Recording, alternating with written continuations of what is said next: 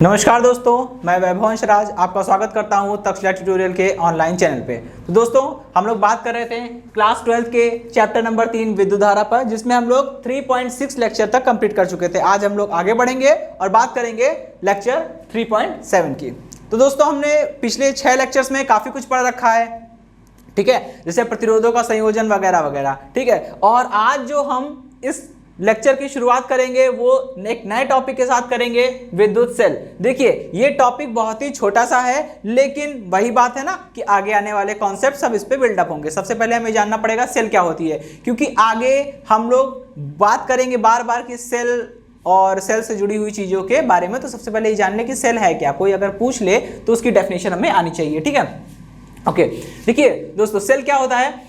Cell एक ऐसी युक्ति है, ठीक है, जो रासायनिक ऊर्जा को विद्युत ऊर्जा में परिवर्तित करती है, ठीक। और विद्युत ऊर्जा क्या होती है, ये हम लोग लास्ट सेशन में पढ़ ही चुके हैं, ठीक है। तो देखिए दोस्तों, आपको पता है अगर किसी परिपथ में विद्युत धारा प्रवाहित करनी है तो हमें क्या करना होगा। हमारी बेसिक नीड क्या है। अगर किसी परिपथ में विद्युत धारा प्रवाहित करनी है तो हमारी बेसिक नीड क्या है। हमको कुछ भी करके उस परिपथ में जितने भी इलेक्ट्रॉन्स हैं उन सभी इलेक्ट्रॉन्स को चलाना है, ठीक है, उनको गति करने पर मजबूर करना है। और इलेक्ट्रॉन को गति करने के लिए हम कोई फोर्स अप्लाई कर नहीं सकते, तो हम क्या करेंगे, हम उस चालक के, उस परिपथ के या उस चालक के, उस धातु के दोनों सिरों के मध्य एक विभवांतर स्थापित करेंगे। विभवांतर स्थापित करने के बहुत सारे तरीके हैं, ठीक है।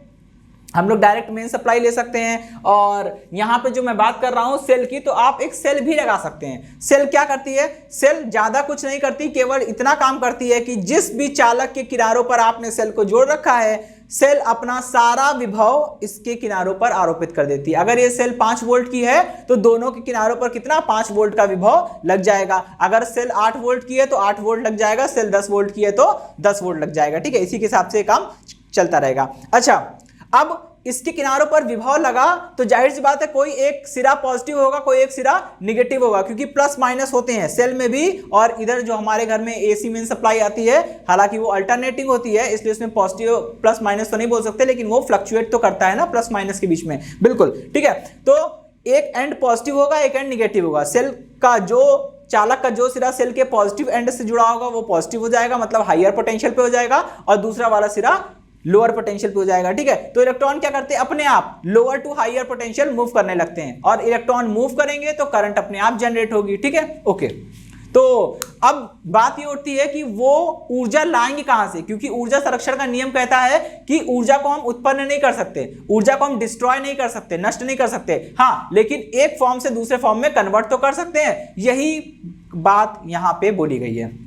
अगर आपको किसी भी परिपथ में इलेक्ट्रॉनों को गति कराते रहना है, आप चाहते हो इलेक्ट्रॉन गति करते रहे ताकि धारा मिलती रहे, तो इलेक्ट्रॉन को गति कराने के लिए हमें निरंतर कुछ ना कुछ ऊर्जा देनी पड़ेगी। और वही ऊर्जा कौन सी होती है, विद्युत ऊर्जा। और विद्युत ऊर्जा ऐसे हवा में तो आ नहीं जाएगी, हमें करना क्या पड़ेगा, हमें कुछ कार्य करना पड़ेगा, या कोई एक प्रकार की ऊर्जा को विद्युत ऊर्जा में बदलना पड़ेगा। अब किस ऊर्जा को आप विद्युत ऊर्जा में बदल रहे हैं, ये आपका काम है। कैसे बदल रहे हैं, वो आपका काम है। इसी के आधार पर अलग अलग सोर्सेज हम लोग बना सकते हैं, ठीक है। जैसे कि एग्जांपल देता हूं, अगर हम लोग रासायनिक ऊर्जा को विद्युत ऊर्जा में बदले तो उस युक्ति को, उस डिवाइस को हम लोग क्या बोलते हैं, विद्युत सेल, जो हमारा टॉपिक है अभी का, ठीक है। और केवल ऐसा ही नहीं है कि हम लोग रासायनिक ऊर्जा को ही विद्युत ऊर्जा में बदल सकते हैं, हम लोग यांत्रिक ऊर्जा को भी विद्युत ऊर्जा में बदल सकते हैं। यांत्रिक ऊर्जा को विद्युत ऊर्जा में बदलने का सबसे अच्छा एग्जांपल जो है वो चैप्टर नंबर 6 में आपको पढ़ने को मिलेगा। और अभी सुन लीजिए, डायनामो। डायनामो नाम सुना ही होगा 10th क्लास में, ठीक है। और डायनामो कुछ और नहीं होता है, जनरेटर होता है, जो शादियों में आपने देखा होगा, हरे रंग का जनरेटर, ये वही होता है। उसमें यही किया जाता है, विद्युत ऊर्जा मिलती है, कैसे, यांत्रिक ऊर्जा को विद्युत ऊर्जा में कन्वर्ट करते हैं, ठीक है, बिल्कुल। तो देखिए वहां क्या हो रहा था, यांत्रिक ऊर्जा को विद्युत ऊर्जा में बदला, यहां पे रासायनिक ऊर्जा को विद्युत ऊर्जा में बदला। और जो पावर प्लांट्स लगते हैं हमारे शहर में कई जगह है न्यूक्लियर पावर प्लांट, वहां क्या करते हैं, नाभिकीय ऊर्जा को विद्युत ऊर्जा में बदलते हैं, ठीक है। थर्मल पावर प्लांट, एनटीपीसी, ठीक है, वहां क्या होता है, वहां पे तापीय ऊर्जा को विद्युत ऊर्जा में बदलते हैं, बिजली पैदा करते हैं, ठीक है। तो तरीका हमारा कुछ भी हो, पर्पस एक ही है, मोटिव एक ही है कि विद्युत ऊर्जा को उत्पन्न करना है, बिजली बनानी है, ठीक है, जिसे हम लोग सामान्य भाषा में बोलते हैं बिजली उत्पन्न करना। तो यहाँ पे सेल भी हमारा वही काम कर रही है, ठीक है। तो वो क्या करेगा, सेल जो है वो लगातार रासायनिक ऊर्जा को विद्युत ऊर्जा में परिवर्तित करती रहेगी और वो विद्युत ऊर्जा परिपथ को मिलती रहेगी और परिपथ में लगातार जो है वो धारा प्रवाहित होती रहेगी, ठीक है। ओके दोस्तों, तो आइए इसको देखते हैं कैसे ये बनाया जाता है। इसका एक छोटा सा चित्र में बना रहा हूं। देखिए दोस्तों, ये एक परिपथ है, परिपथ से आप वाकिफ होंगे। ये चैप्टर की शुरुआत ही इसी शब्द से हुई थी कि परिपथ क्या होता है, ठीक है। ये एक परिपथ बना है, इसमें ये क्या है, ये प्रतिरोध है, इसके बारे में आप बखूबी जानते होंगे। और ये साथ ही साथ ये भी एक बार रिकॉल कर लेते हैं, मैंने बताया था कि केवल 3 कॉर्नर निकालने होते हैं, ठीक है, 3 पॉइंट यहाँ पे निकालने होते हैं, 3 से ज्यादा नहीं करने हैं, ठीक। किताब में चाहे जो भी बनाओ हम इसको लेके चलेंगे, ये स्टैंडर्ड नोटेशन होता है, ठीक है। ओके, यहाँ पे हमने एक सेल लगा रखी है, क्योंकि अगर सेल नहीं लगाऊंगा तो यहाँ धारा कैसे मिलेगी, क्योंकि सेल मतलब विभवांतर, विभवांतर धारा प्राप्त करने के लिए बहुत ही जरूरी है, ठीक है। तो चलिए अब देखिए, अब इसी की बात कर लेते हैं, ठीक है। यहाँ पे ये परिपथ है, ये प्रतिरोध है, प्रतिरोध मतलब कोई भी पदार्थ होगा, चालक पदार्थ होगा, ठीक है। अब चालक पदार्थ में कुछ भी हो सकता है, लोहे की रॉड, कॉपर की रॉड, या फिर सिंपल एक वायर भी हो सकता है। और ये जो मैंने जोड़ा हुआ है यहाँ पे, ये भी तो वायर ही है। अगर ये कंडक्टिंग नहीं होंगे, चालक ही नहीं होंगे, तो इलेक्ट्रॉन इसमें से प्रवाहित होता हुआ कैसे जाएगा। तो ये सब जो है ये भी सिंपल एक वायर है, ठीक है। मैं इस प्रतिरोध की बात करता हूं। देखिए, इस प्रतिरोध का ये वाला सिरा किससे जुड़ा है, सेल के पॉजिटिव सिरे से, तो ये वाला हायर पोटेंशियल पे हो जाएगा। ये किससे जुड़ा है, निगेटिव से, तो ये निगेटिव पोटेंशियल पे हो जाएगा। और ये जितने बाहर जो मैंने ये सब जोड़ रखे हैं, ये सब वायर भी तो चालक पदार्थ है ना, ये सब भी तो चालक है, तो इनके अंदर भी इलेक्ट्रॉन होंगे पहले से, जिनको हम लोग मुक्त इलेक्ट्रॉन बोलते हैं, ठीक है। अब देखिए, मुक्त इलेक्ट्रॉन करेंगे क्या, मुक्त electron lower to higher potential move करते हैं, यानी जितने भी इलेक्ट्रॉन्स हैं, जितने भी इलेक्ट्रॉन यहाँ में डॉटेड, जितने भी डॉट बना रहा हूं, ये सब मुक्त इलेक्ट्रॉन को दिखा रहे हैं, ठीक है। जितने भी मुक्त इलेक्ट्रॉन हैं वो गति कैसे करेंगे,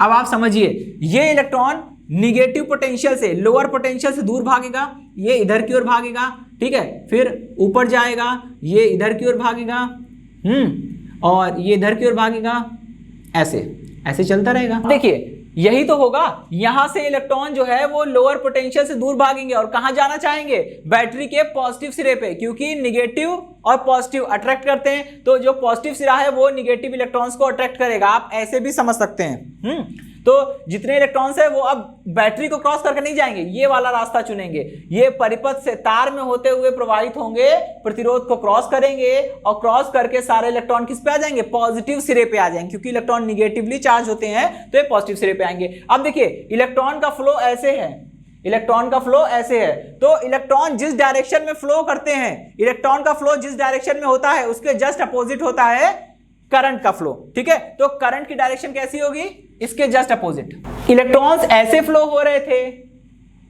और इसके जस्ट अपोजिट डायरेक्शन होगी करंट की, यानी करंट ऐसे फ्लो होगी, इधर इधर इधर ऐसे, ठीक है। तो हम ऐसा समझ सकते हैं कि ये करंट की डायरेक्शन, एरो मैंने बना दिया, ये करंट की डायरेक्शन है, मतलब डायरेक्शन ऑफ करंट फ्लो, ठीक है। चलिए भाई, अब देखिए, अपने दिमाग में यहां एक छोटा सा कॉन्सेप्ट बना लेते हैं, क्योंकि अगर हम लोग हर बार ऐसा करेंगे कि देखेंगे कि पॉजिटिव सिरा किधर है, निगेटिव सिरा किधर है, मतलब हायर पोटेंशियल किस साइड है, लोअर पोटेंशियल किस साइड है, फिर इलेक्ट्रॉन को lower to higher potential move कराएंगे, देन उसकी अपोजिट डायरेक्शन करंट की डायरेक्शन बनाएंगे, बहुत टाइम टेकिंग हो जाएगा ये। तो अपने दिमाग में एक छोटा सा कॉन्सेप्ट जनरेट कर लेंगे। कॉन्सेप्ट इतना सा है दोस्तों कि देखिए, आप सेल लगाइए या बैटरी लगाइए, बैटरी क्या होती है अभी मैं बताऊंगा, ठीक है। तो सेल लगाइए चाहे बैटरी लगाइए, उसमें एक सिरा पॉजिटिव होगा और एक सिरा जरूर निगेटिव होगा, ठीक है। अब निगेटिव सिरा और पॉजिटिव सिरे को देखिए, जो पॉजिटिव सिरा है वहां से करंट को निकालिए, पॉजिटिव सिरे से करंट निकलेगी और फ्लो होगी पूरे परिपथ में, और पूरे परिपथ में प्रवाहित होने के बाद सेल के या बैटरी के निगेटिव टर्मिनल तक आएगी, ठीक है। तो बस अपने दिमाग में इतना कॉन्सेप्ट बैठाना है कि करंट हमेशा कहां से निकलेगी, सेल के या बैटरी के पॉजिटिव सिरे से निकलेगी, कभी निगेटिव से मत निकालिएगा, ठीक है। डायग्राम गलत, डायग्राम हाईलाइट होता है, डायग्राम गलत तो टीचर कट कर देंगे उसको, ठीक है। फिर आपने अंदर सही भी लिखा हो तो उसका कोई फर्क नहीं पड़ता, क्योंकि जो हाईलाइट हो रहा है वही गलत है, तो फिर सब गलत हो जाएगा, ठीक है। तो ध्यान रखिएगा, करंट की डायरेक्शन हमेशा पॉजिटिव से निगेटिव की ओर होगी, ठीक है। अब मैंने थोड़ी देर पहले बोला बैटरी, एक शब्द का यूज किया, बैटरी क्या होती है, हाँ, उससे पहले मैं आपको एक और चीज बताना चाहूंगा दोस्तों। देखिए, सेल को हम लोग कैसे प्रदर्शित करते हैं, ये बस यहां देखिए मैंने यही तो यूज किया है, ठीक है।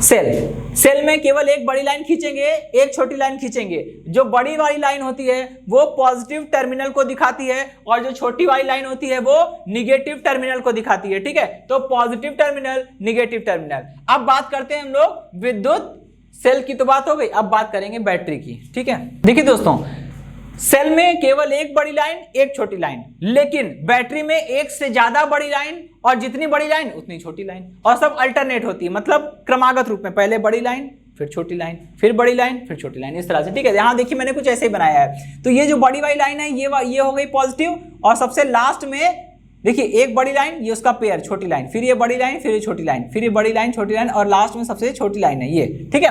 ओके, अब देखिए अगर आप इसको ऐसे बना देंगे तो ये डायग्राम गलत है।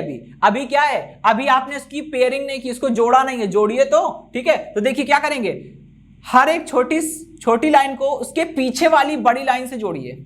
ये देखिए हर एक छोटी लाइन को उसके पीछे जो बड़ी लाइन है उससे ऐसे जोड़ दीजिए। अब ये सही है, ठीक। अब ये डायग्राम बिल्कुल सही है। ये है बैटरी, ठीक है, ये बैटरी है, ओके। ये सेल थी, ठीक है, इलेक्ट्रिक सेल और वो बैटरी, सिंपल वही। देखिए तो सेल भी वही काम कर रही है, को विद्युत धारा देना। हम लोग थोड़ा सा सामान्य भाषा में हम लोग बोलते हैं और गलत समझ भी लेते हैं और गलत बोलते भी हैं, या समझते सही है तो भी गलत बोलते हैं। हम लोग बोलते हैं सेल जो है विद्युत धारा दे रही है। सेल कभी विद्युत धारा नहीं देती। सेल क्या देती है, केवल विभव देती है। सेल हमें क्या देती है, केवल विद्युत विभवांतर।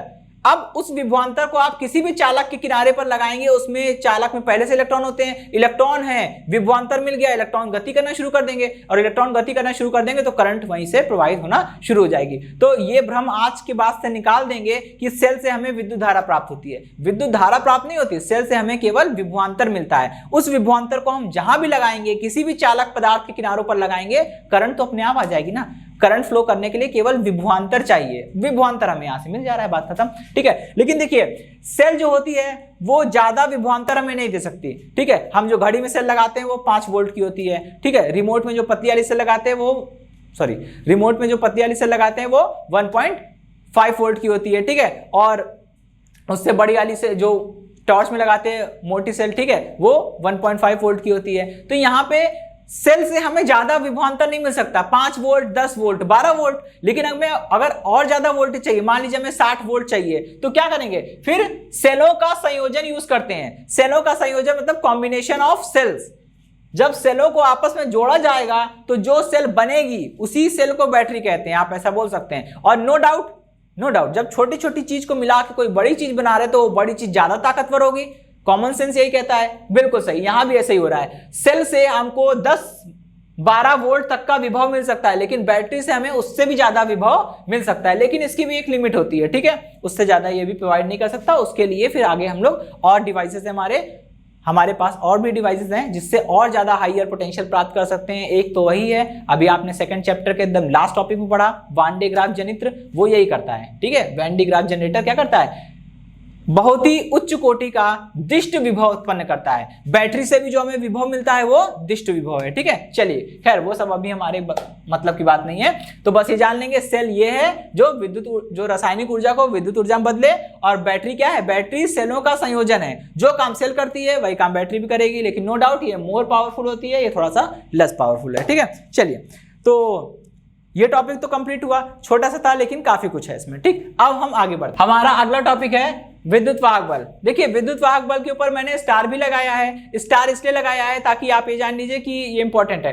ठीक है। डायरेक्ट भले डेफिनेशन आपसे ना पूछी जाए, लेकिन आगे हम लोग इस टर्म को बार बार यूज करेंगे न्यूमेरिकल में, डेरिवेशंस में, तो सबसे पहले ये जानना जरूरी है कि भाई है क्या, ठीक। चलिए तो इसको इंग्लिश में बोलते हैं EMF, मतलब इलेक्ट्रोमोटिव फोर्स, ठीक है। इंग्लिश में नाम भी जानते चलिए, आगे आपको हेल्प करेगा, ठीक है।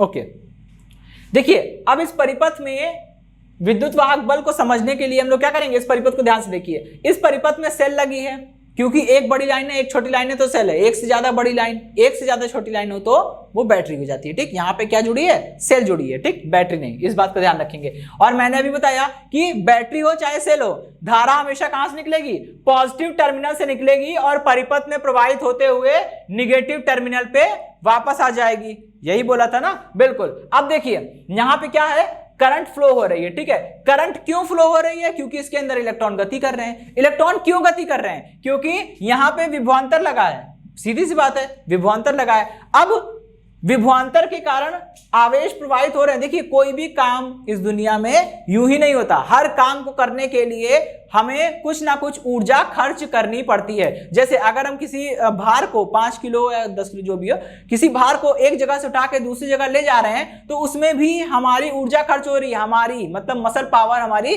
खर्च हो रही है, हम थक जा रहे हैं। क्यों? क्योंकि हमने काम किया, हमारी ऊर्जा खर्च हुई, हम थक गए, ठीक है। तो वही चीज है, यहां भी ऐसे ही हो रहा है। जब इलेक्ट्रॉन लगातार गति कर रहे हैं और हमें धारा मिल रही है तो आप जरा ये सोचिए ना, इलेक्ट्रॉन को गति करने के लिए इतनी एनर्जी कहां से आ रही है? वही एनर्जी तो ये सेल दे रहा है।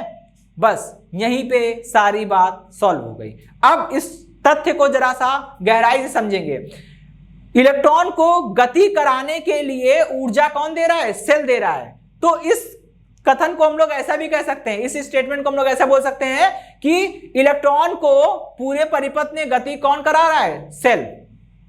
और अब इसकी परिभाषा यहीं से निकलेगी, मतलब किसी सेल द्वारा एकांक आवेश को सेल सहित पूरे परिपथ में, सेल सहित का मतलब क्या होता है? देखिए सेल सहित का मतलब होता है निगेटिव सिरे से इलेक्ट्रॉन निकले, क्योंकि चालक पदार्थ के भीतर केवल इलेक्ट्रॉन ही चलते हैं, पॉजिटिवली चार्ज जो आयंस होते हैं वो नहीं चलते हैं, ठीक है। क्योंकि जो आयन होते हैं, जो पॉजिटिवली चार्ज एटम्स होते हैं, आयंस होते हैं, वो जो आयंस होते हैं उनका वेट इतना ज्यादा होता है कि उनका मूव करना, उनका चलना फिरना नामुमकिन है। और दूसरी बात, वो लोग बॉन्ड से बंधे भी होते हैं, तो वैसे भी वो केवल वाइब्रेट करते हैं और वो मूवेबल नहीं होते हैं, ठीक है। केवल इलेक्ट्रॉन ही मूव करता है। एक शॉर्ट क्वेश्चन ऐसा भी बन सकता है, ठीक है, ऑब्जेक्टिव में, कि इलेक्ट्रॉनों में चालकों में विद्युत धारा के प्रवाह का मुख्य कारण क्या है? ठीक है, कई सारे ऑप्शन होंगे, उसमें से एक ऑप्शन होगा मुक्त इलेक्ट्रॉनों का प्रवाह। केवल और केवल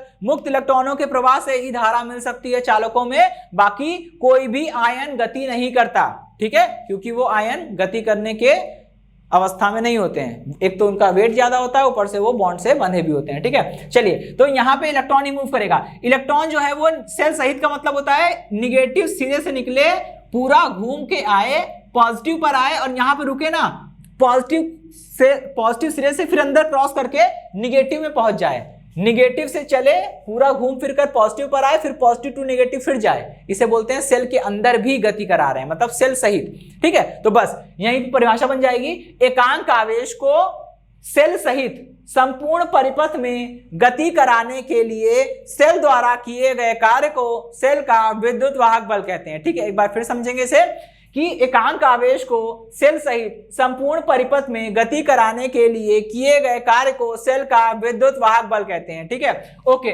विद्युत वाहक बल मतलब ईएमएफ मतलब कैपिटल ई से लिखा जाएगा, ठीक है। तो देखिए ई बराबर कितना हुआ दोस्तों? W/Q, ठीक है। चलिए इसे देखिए दोस्तों, मैंने परिभाषा बनाई थी, अगर Q बराबर हम 1 सेट कर देंगे, देखिए दोस्तों मैंने यहीं से परिभाषा बनाई थी, अगर Q बराबर 1 सेट कर देंगे तो E बराबर W हो जाएगा। तो वही तो बात आ गई ना, कि एकांक आवेश को सेल सहित संपूर्ण परिपथ में गति कराने में जो भी कार्य सेल करेगी या बैटरी करेगी वो उसका विद्युत वाहक बल हो जाएगा, ठीक है।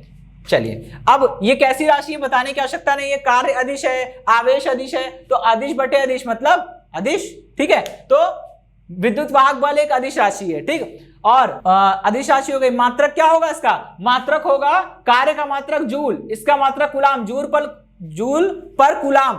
पर कुलाम को हम लोग एक नया नाम देते हैं वोल्ट, मात्रक क्या हो जाएगा? वोल्ट। विमा निकाल लेंगे, कार्य की विमा कितनी होती है? ml2t-2 अपॉन में इसकी विमा 80, ऊपर भेजिए ml2a-3 t-3a-1, ठीक है, ml2t-3a-1, ठीक है, ये इसकी विमा आ जाएगी। ये सब तो आप सॉल्व कर सकते हैं ना, 1 मिनट भी नहीं लगता है दोस्तों, रटना नहीं है, ठीक है। जो हम लोग बेसिक जानते हैं, अगर वो मूल राशियों की विमा 7 विमाएं याद है तो आप पूरी फिजिक्स में किसी भी क्वांटिटी की विमा आराम से निकाल सकते हैं, ठीक है। तो वो सब कर लेंगे अब, ठीक है, उसमें टाइम वेस्ट नहीं करते हैं। अब हम लोग आगे बढ़ते हैं अगले टॉपिक की ओर। चलिए भाई, टर्मिनल पोटेंशियल डिफरेंस, टर्मिनल विभवांतर, ठीक है। अब अभी जो मैंने विद्युत वाहक बल की परिभाषा दी उसमें मैंने एक शब्द बोला सेल सहित, अब इसका रिवर्स कर देंगे, इसका जस्ट उल्टा कर दीजिए, दूसरी परिभाषा बन गई। देखा दोस्तों कितना आसान है। अगर हम तथ्य को समझेंगे, केवल एक शब्द के हेर फेर मात्र से जमीन आसमान का अंतर आ जा रहा है, क्योंकि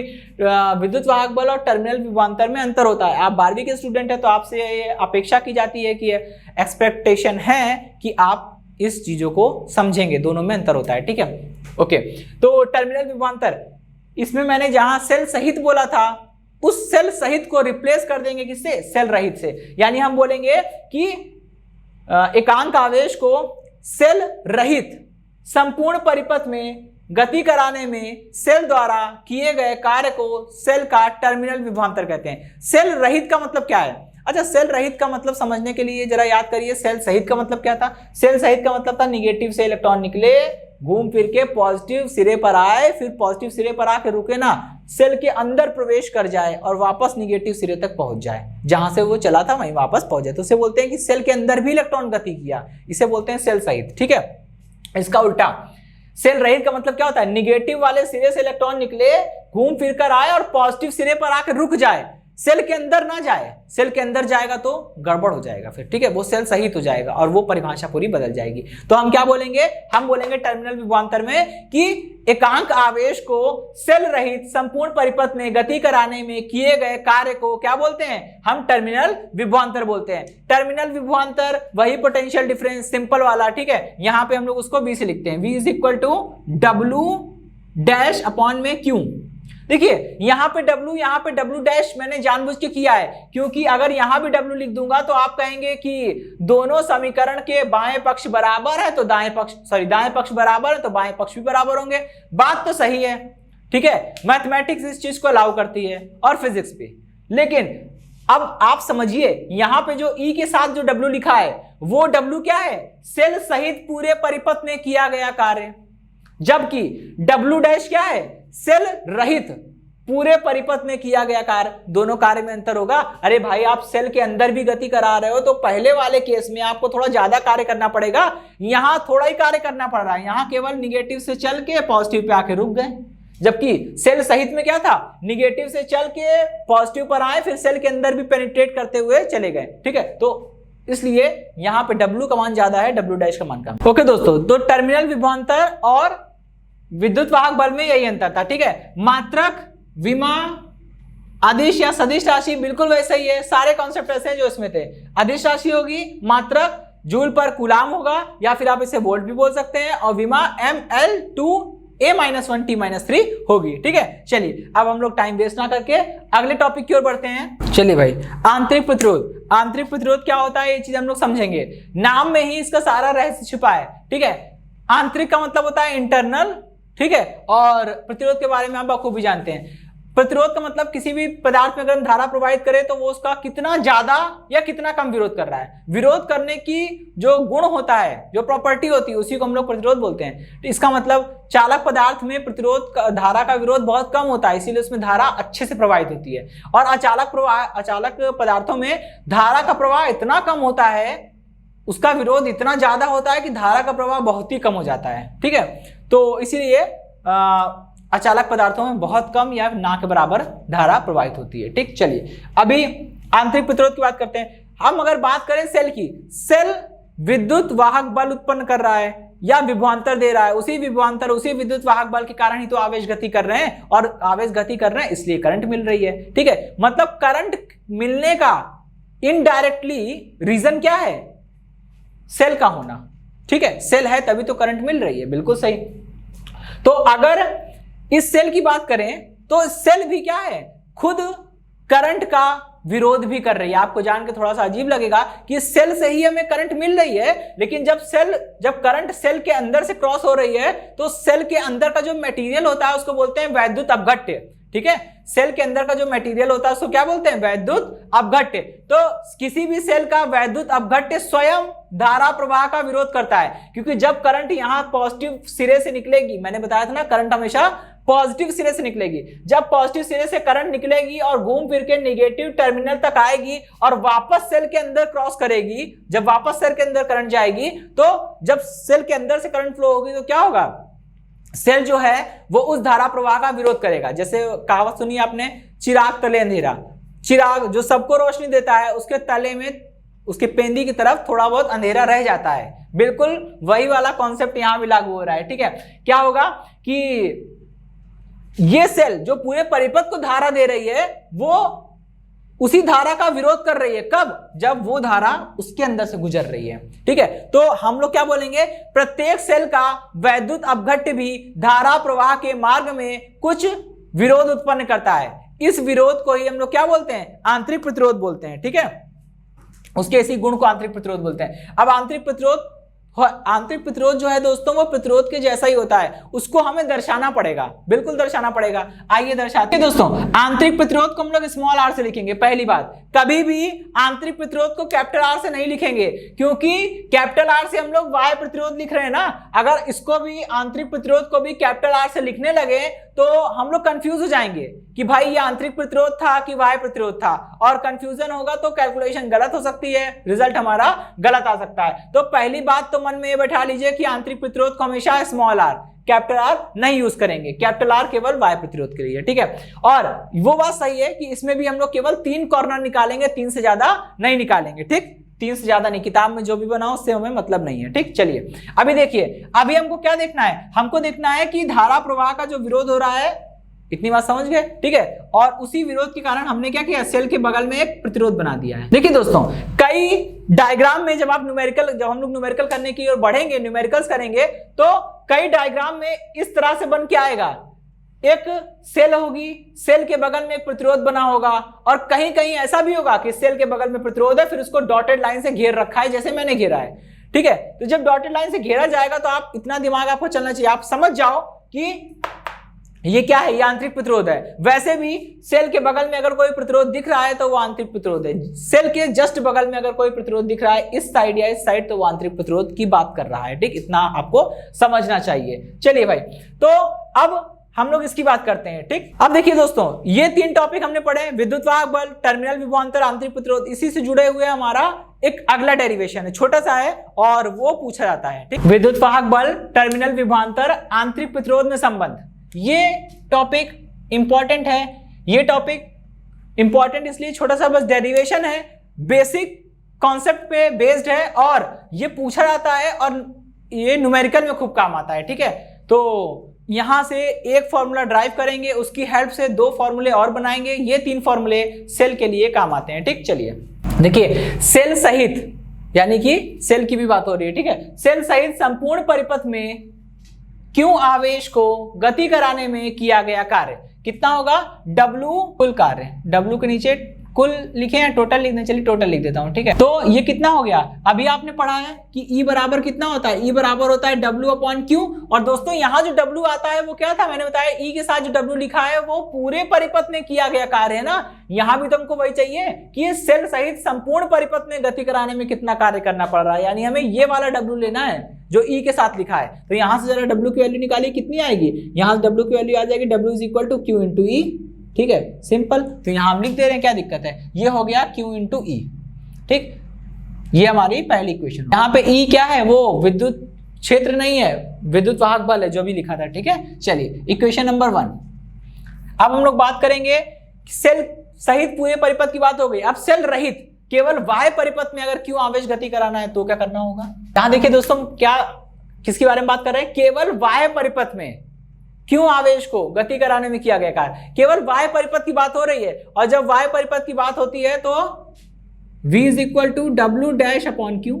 यहां पे V के साथ जो W लिखा होता है वो सेल सहित नहीं बल्कि सेल रहित परिपथ में आवेश को गति कराने में किया गया कार्य होता है। यहां दोस्तों को वही चाहिए, केवल वाय परिपथ में क्यों आवेश को गति कराने में किया गया कार्य निकालना, यानी इस W' की डिमांड है, W' की। तो W' की वैल्यू कितनी आ रही है, W' की वैल्यू आ रही है V × Q। ठीक है, तो यहां लिख देंगे, लेकिन मैं यहां पे इसको W' ना लिख के, जैसे इसको W टोटल लिखा था, इसको लिखूंगा W एक्सटर्नल। एक्सटर्नल मतलब वाय। ठीक है, तो W एक्सटर्नल कितना हो गया, ये W एक्सटर्नल = Q × V। ठीक है, इक्वेशन नंबर 2। अब सेल के अंदर किसी आवेश को प्रवाहित करने में किया गया कार्य वो हमको निकालना है। तो सेल के भीतर, अब जरा सोचिए, सेल के भीतर ऐसा क्या है कि वो उसके भीतर, मतलब सेल के भीतर ऐसा क्या है कि सेल के भीतर हमें आवेश को गति कराना है तो हमको कुछ कार्य करना पड़ रहा है। मतलब देखिए आपको कभी भी किसी चीज के लिए तभी कार्य करना पड़ता है जब उसके पास वहां पे कोई एक ऐसी चीज मौजूद होती है जो आपका विरोध कर रही है। जैसे हम सड़क पर चलते हैं तो हमें अपने कदमों को बनाए रखने के लिए, अपनी स्पीड को बनाए रखने के लिए धीमे धीमे एनर्जी लूज करनी पड़ती है, तभी हम चलने में थक जाते हैं। क्यों? क्योंकि जब हम चलते हैं तो हमारे जूते और जमीन, सड़क के बीच में घर्षण लगता है। घर्षण बल हमारी गति का विरोध कर रहा है और हम उस घर्षण बल का विरोध करते हुए हम लगातार आगे बढ़ते जा रहे हैं। तो हम लगातार घर्षण बल का विरोध कर रहे हैं, इसलिए हमें करना क्या पड़ता है? हमें कुछ कार्य करना पड़ता है। ठीक है, अगर घर्षण ना हो तो हमें कोई कार्य ना करना पड़े सड़क पे चलने के लिए। एक्चुअली हम लोग चल भी नहीं पाएंगे इनफैक्ट। ठीक है, खैर देखिए अब यहाँ पे ऐसी बात है, जब आवेश इसके अंदर प्रवाहित होंगे तो प्रॉब्लम क्या आएगी? प्रॉब्लम ये आएगी दोस्तों कि ये रेजिस्टेंस उसका विरोध करेगा। ठीक है, सपोज करिए अगर इसमें धारा कितनी हो, इसमें धारा हो I, इसमें धारा है I। ठीक है, तो जब I धारा, जब I करंट प्रतिरोध R में प्रवाहित होती है तो प्रतिरोध के सिरों के मध्य जो विभवांतर उत्पन्न हो जाता है जिसे विभव पतन कहते हैं। आपको पहले बता चुका हूं ना दोस्तों कि अगर किसी प्रतिरोध में प्रतिरोध R है, मान लीजिए किसी प्रतिरोध R में अगर I धारा प्रवाहित हो रही है तो प्रतिरोध के सिरों के मध्य विभव कितना हो जाएगा? प्रतिरोध के सिरों के मध्य विभव हो जाएगा V is equal to IR। वही चीज तो यहाँ पे हो रही है। अगर परिपथ में धारा है I तो वही धारा जो है इस प्रतिरोध को क्रॉस करेगी R को, और जब I धारा स्मॉल r को क्रॉस करेगी तो स्मॉल r के किनारों पर विभव पतन कितना उत्पन्न हो जाएगा? I into R। ठीक है, स्मॉल r के किनारों पर विभव पतन कितना उत्पन्न हो जाएगा? I into R। ठीक है, अब आप ऐसा समझिए, विभव या विभवांतर है, प्रतिरोध के किनारों पर विभवांतर कितना है? V dash. इस विभवांतर V डैश, अगर V डैश विभवांतर है तो आवेश को गति कराने में किया गया कार्य, इस फॉर्मूले से निकाल लीजिए, विभवांतर इज इक्वल टू किया गया कार्य बटे आवेश। यहां से निकालेंगे तो कितना आएगा? ये आएगा Q इंटू वी डैश, और V डैश की वैल्यू यहां से रख दीजिए तो ये हो जाएगा Q into I into R. ठीक है, यहां पे रख दीजिए, ये हो जाएगा W इंटरनल, ये हो जाएगा Q into I into R. ठीक है, इक्वेशन नंबर 3। ठीक, चलिए अब इसको यहां से एक बार फिर समझ लीजिए, अगर कोई कंफ्यूजन हो तो।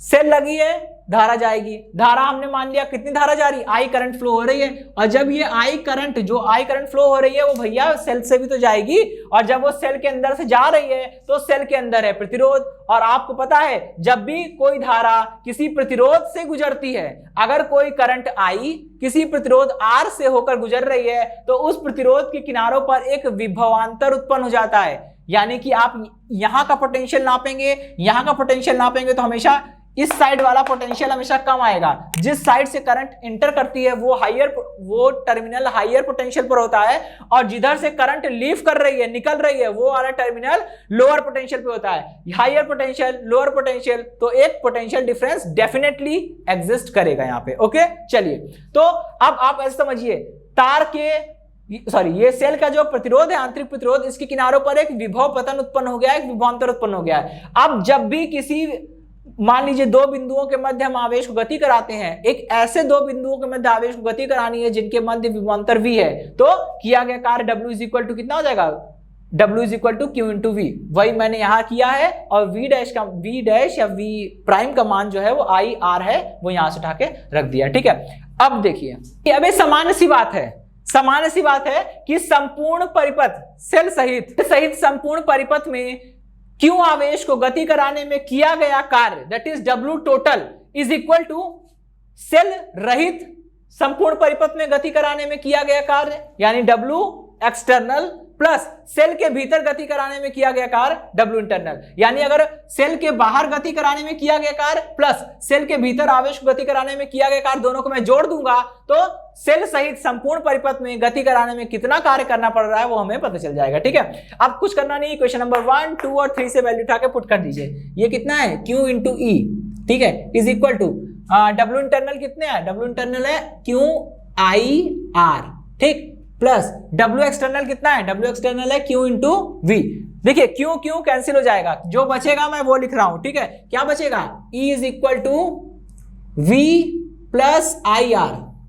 ठीक है, यही हमारा रिजल्ट है। इसको कुछ लोग इस तरह से भी लिखते हैं और इस तरह से याद करते हैं। ठीक है, V is equal to E minus IR। लेकिन दोस्तों ये वाला रिजल्ट, इसको जरा ध्यान से देखिए, कोई एक नंबर का क्वेश्चन आपसे ऑब्जेक्टिव में पूछते हैं, ठीक है, और वाइवा में भी छोटा सा बेसिक क्वेश्चन है, टीचर आपसे पूछ सकते हैं V बड़ा या E बड़ा, मतलब इलेक्ट्रोमोटिव फोर्स बड़ा है कि V विभवांतर बड़ा है। देखिए आप ध्यान से देखिए, यहां E में से कुछ घटा रहे हैं, E में से कुछ माइनस कर रहे हैं तब V मिल रहा है। सपोज करिए 100 में से 20 माइनस कर रहे हैं तब 80 मिल रहा है, तो जाहिर सी बात है 100 में से कुछ घटाने पर 80 मिल रहा है मतलब 100 बड़ा है, और घटाने के बाद 80 मिल रहा है मतलब 80 छोटा है। वही काम यहाँ पे, तो यहाँ पे V बड़ा होगा E छोटा होगा, ठीक। लेकिन ये वाली कंडीशन कब लगती है, जब सेल से धारा ली जाती है दोस्तों। तो यहाँ पे जो रिलेशन आया था V is equal to E minus I R, इसमें पता चल रहा है E बड़ा है V छोटा है। लेकिन ये रिलेशन कब लगेगा, जब सेल से धारा ली जाती है, ठीक। इसका जस्ट उल्टा, अगर आप सेल से धारा ना लेकर, मतलब सेल से आप पावर नहीं ले रहे हो बल्कि उल्टा सेल को चार्ज कर रहे हो, ठीक है, जब आप सेल को चार्ज करते हो तो V is equal to E plus I R हो जाता है, ठीक है। ये फॉर्मूला थोड़ा सा चेंज हो जाता है। अब सेल को चार्ज करने का मतलब क्या है, अपने मोबाइल फोन को ले लीजिए, जब आप अपने मोबाइल फोन को चार्ज करते हो मतलब मेंस से सप्लाई जा रही है आपके फोन की बैटरी में, ठीक है, तो ये वाली इक्वेशन लगती है उस समय जब आप मोबाइल फोन को चार्जिंग पे लगाते हो, ये इक्वेशन लगती है V is equal to E plus I R. लेकिन जब आप मोबाइल को चार्जर से हटा देते हो, उस पर गेम खेलना शुरू कर देते हो या ऑडियो वीडियो कोई भी यूज करना शुरू कर देते हो, तो उस समय क्या होता है, हम सेल से पावर ले रहे होते हैं, तो ये वाली इक्वेशन लगती है, ठीक है। अब देखिए इक्वेशन नंबर 3 हो गई थी, इसको इक्वेशन नंबर 4 बोलते हैं दोस्तों, इसको इक्वेशन नंबर 5 बोलते हैं, ठीक है। मेरा पर्पस किससे रहेगा, केवल अभी इससे रहेगा, इक्वेशन नंबर 4 से, ठीक है, ठीक है। यदि परिपथ में बाह्य प्रतिरोध R हो तब, समीकरण 4 से लगाइए जरा, ठीक है। अगर बाह्य परिपथ में प्रतिरोध R है जैसे यहां लगा हुआ है, तो हम V बराबर आई आर लिख सकते हैं, तो V की जगह क्या पुट कर देंगे, V की जगह पुट कर देंगे I इंटू आर, और E माइनस आई आर तो पढ़ा ही है, ठीक है, यहां लिख देंगे since V equal I R होता है, हम जानते हैं, ठीक, सॉरी I कैपिटल आर। अच्छा अब यहां से E की वैल्यू, सॉरी I की वैल्यू निकाली, कितना आएगा, I इज इक्वल टू आ जाएगा E अपॉन में small r plus capital R, ठीक है, इतनी बात समझ में आ गई, ठीक। अच्छा और ठीक है, तो ये रिलेशन याद रखिएगा और ये रिलेशन याद रखिएगा, ठीक है, ये दोनों ही आपको बहुत हेल्प करने वाले हैं। इक्वेशन नंबर 5 हो गई, तो इक्वेशन नंबर 6 मान लेते हैं, ठीक है। चलिए तो दोस्तों इसी के साथ ये टॉपिक तो समाप्त होता है, ठीक है। इसमें हमने जो लास्ट वाला टॉपिक पढ़ा, जो डेरिवेशन है, छोटा सा है लेकिन अक्सर पूछा जाता है, और दोस्तों इस पे इक्वेशन नंबर 4 पे, इक्वेशन नंबर 6 पे बहुत न्यूमेरिकल आते हैं, ठीक है। तो जब हम लोग न्यूमेरिकल पे चलेंगे तब उसके बारे में बात करेंगे, ठीक है। अभी के लिए आज के सेशन में इतना ही, और दोस्तों ये था आज का हमारा लास्ट टॉपिक जो कि यहीं पे खत्म होता है। अगर दोस्तों आप इस लेक्चर से जुड़े नोट्स प्राप्त करना चाहते हैं तो नीचे डिस्क्रिप्शन में दिए गए लिंक पर जाके क्लिक कीजिए। धन्यवाद।